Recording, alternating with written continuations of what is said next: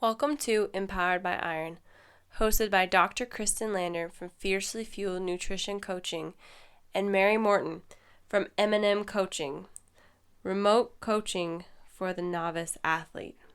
Together, we are Empowered by Iron.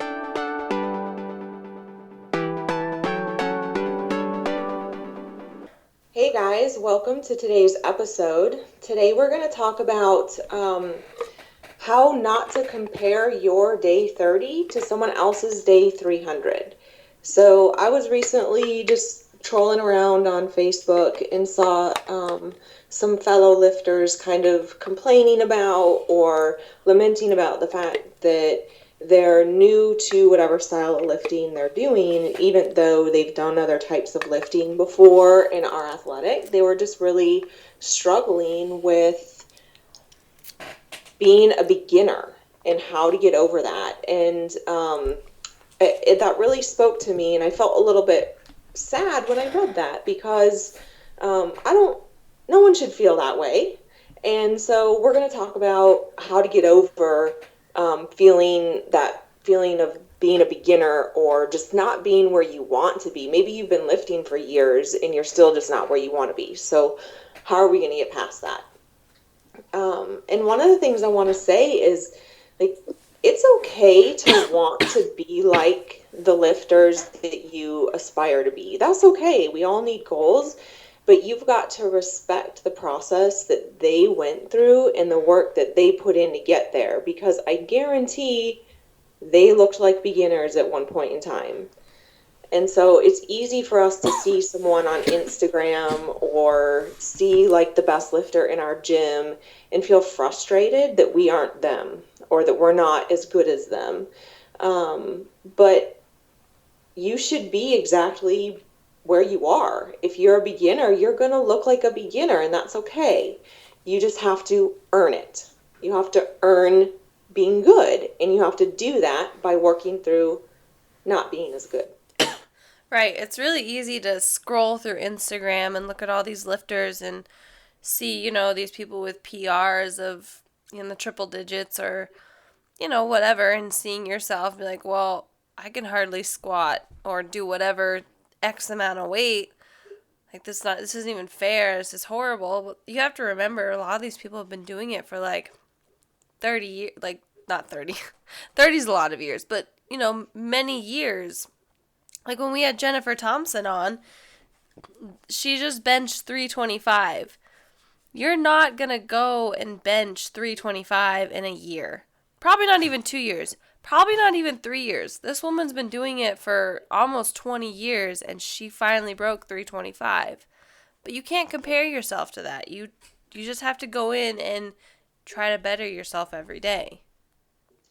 Absolutely. And like it's completely normal to look like a beginner. I just recently looked back at some videos from one of my first weightlifting meets, and I just started laughing when I watched them. And two things came to mind. One is I thought, wow, I've actually really improved. Because in my head, I watch my training videos every day, so I don't really see all this progress until I look back and like, oh my gosh, I've really improved. And two is like, wow, I really looked like a beginner. And some people would say, oh, I was a terrible lifter. Well, you could say that, but you're supposed to look like a beginner when you're a beginner. This, whether you're doing weightlifting or powerlifting or CrossFit or whatever you're doing, they're, even though a lot of it is functional movements, they're not necessarily things that we grow up doing. We don't really have that movement pattern, and maybe you're, stuck in quarter squat hell. Maybe you don't have the mobility to actually do a full squat. And that's okay. You just have to keep working on it. And don't be afraid to look like a beginner, because let me tell you something. No one else cares. They Literally. really don't.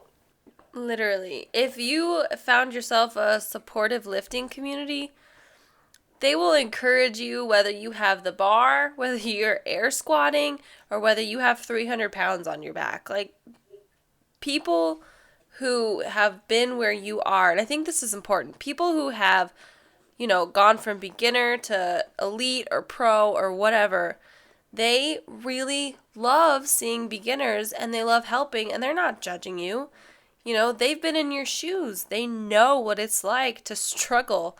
They know what it's like, and no one's going to judge you. The only person judging you is you, and that needs to stop because you're not going to change overnight, just like you're not going to lose 20 pounds overnight, regardless of whatever infomercials come out.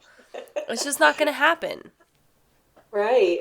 Absolutely. I totally agree. You've got to just put in the work and you've got to do it. So that's, I think the biggest challenge then is like, how do we stay motivated in this process? Ooh, that's a good question. Yeah. So Mary actually recently switched over from powerlifting to weightlifting, in case you didn't catch that in the last couple months. And um, so you're a beginner in weightlifting. Right. And it wasn't that long ago that I was a beginner in weightlifting, to be honest. But so how do you stay motivated, Mary? Well, I think we have to go back to powerlifting. So when I was powerlifting, I truly, it wasn't for me. And I know that a lot of people who love it, and I encourage them to do it, and I coach it. I love coaching powerlifting. I just don't necessarily like competing in it. So I was finding it hard to motivate myself to go do something that I didn't really fully enjoy, And this goes back to some of the other episodes I think we talked about where, like, if you don't like it, change something up.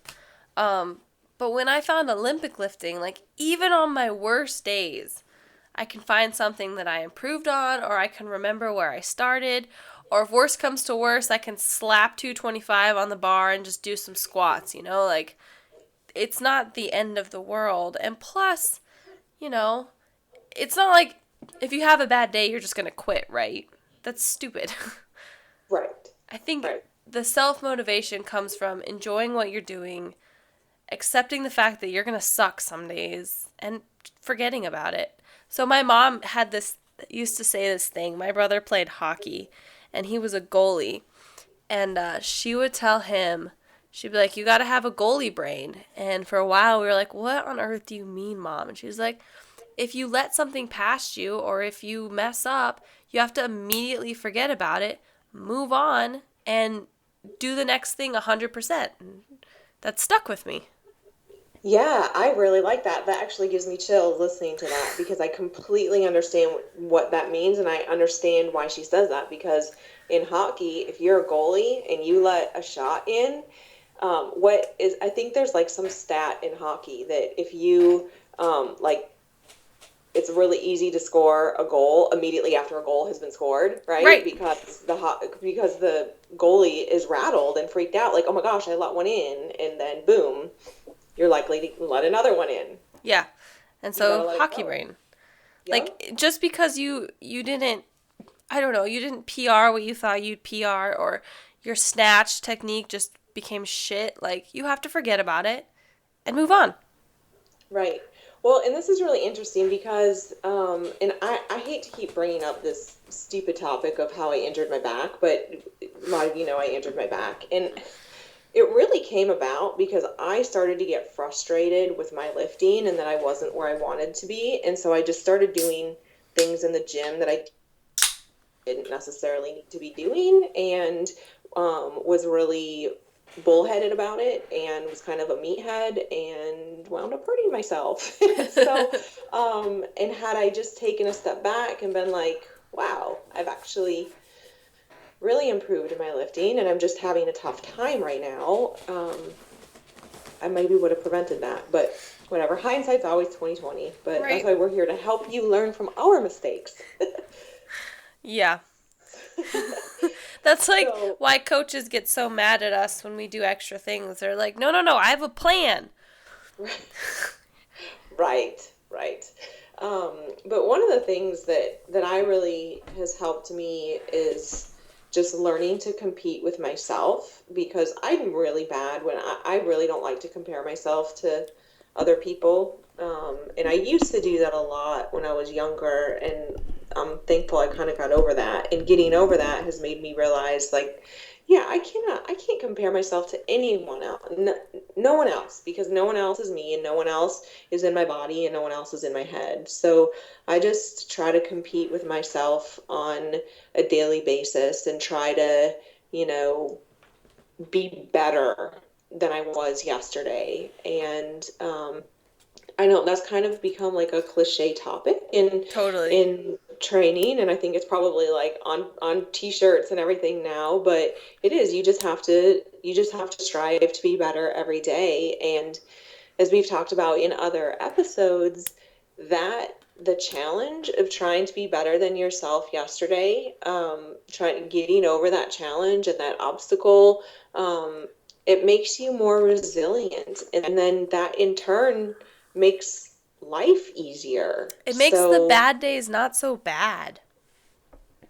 right, absolutely. Like you can't, it's just like you can't compare, if you're brand new in your career, you can't compare yourself to someone who's been doing your job or has been in your same field for 20 years. It's completely different. You can't expect to be where they're at. And I think most people get that with their vocation, but then with their hobby, they tend to have a little bit of trouble grasping that. Yeah. And we don't see, you know, we don't see the work on Instagram that people put in, you know, 5 years ago Yeah. to get to where they are, or 10 years ago to get to where they are. We don't see that. We just see them, you know, snatching 300 pounds. It's like, well, he can do that. Why can't I? And it's such a cliche thing too. Like every motivational, quote unquote motivational speaker on Instagram now, they're like, "Oh, you have to compare yourself and only to yourself and love yourself and all this stuff." But like behind all their bullshit, it's true. When I That's was true, and they younger, say it for a reason. yeah, when I was younger, even though they may not, like if you are like a motivational person and you call yourself someone the motivationalist or whatever, like, A meh, motivational speaker? yeah. There are some people who are motivational speakers, but there are some people who are just like trying to steal your money. But that's a topic for another day. Uh, when I was younger, I grew up in a household where my mom is super brilliant, like valedictorian. My brother was a salutatorian, so he was second in his high school class. I was in the top 50 percentile. So, like, I wasn't totally smart, but I wasn't totally dumb. And my dad's a lot like me, where, we're very practical people, but we don't really have a whole lot of book smarts. And so something that, and I look back on it now and I'm very grateful for it, but just like not giving a flying flip about what people think of you in the gym, I don't care what people think about me, whether it's educationally, whether it's what I'm wearing, whether it's who I'm friends with or anything, because I know that I like me, my dog likes me. I'm pretty damn smart, and I had to put up for years with being like, you know, Mike's older sister, not younger sister, older sister. I was never the smart one. So it's made me resilient, and that's carried over in the gym, and I think that makes it easier for me. But I don't know, a lot of other people didn't have those experiences. And so you guys just have to figure out how to be resilient in the gym and be resilient in life. Like, don't give a fuck what people think. It's your goddamn life. They don't have to live in your bed. They don't have to eat your food. They don't have to play with your pets. Like, this is your life. If you're fucking happy, then god damn it, just do it. Absolutely, absolutely. And I think, especially when you're learning something new, and weightlifting particularly is really technical. Powerlifting definitely is hard, and there's definitely challenges to overcome with it. And so I definitely don't want to leave out powerlifters in this, but in weightlifting, if you're if you're like not even able to snatch like the women's bar, which is 15 kilos or like 33 pounds, that's okay. It's okay. Don't like hurt yourself trying to do it. Like, use a PVC pipe. That's why they have them there. Any good gym that has an Olympic platform will have PVC or a trainer bar. That's what they're there for.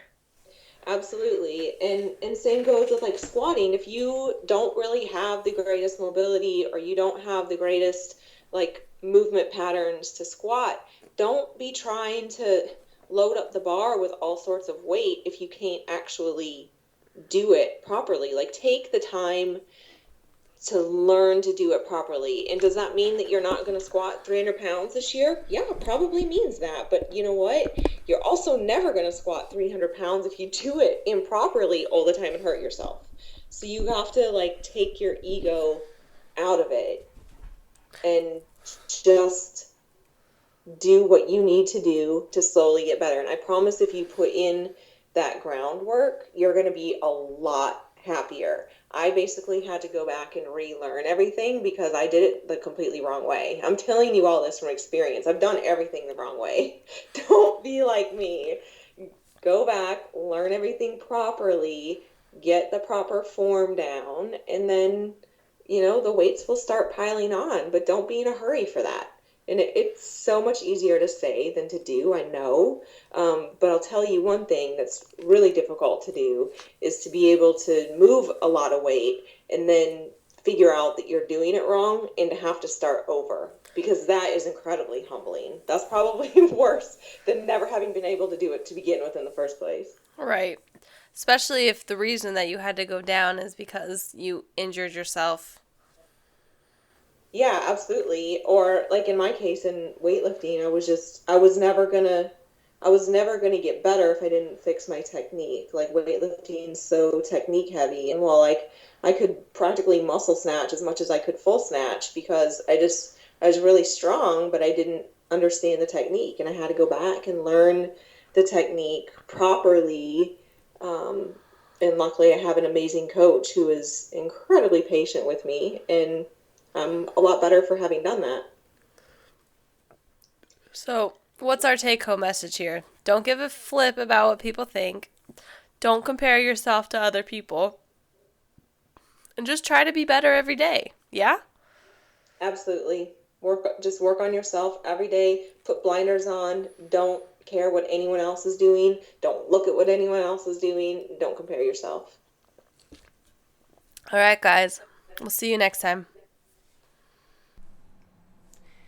If you like what you heard today, please help us connect with other female badasses.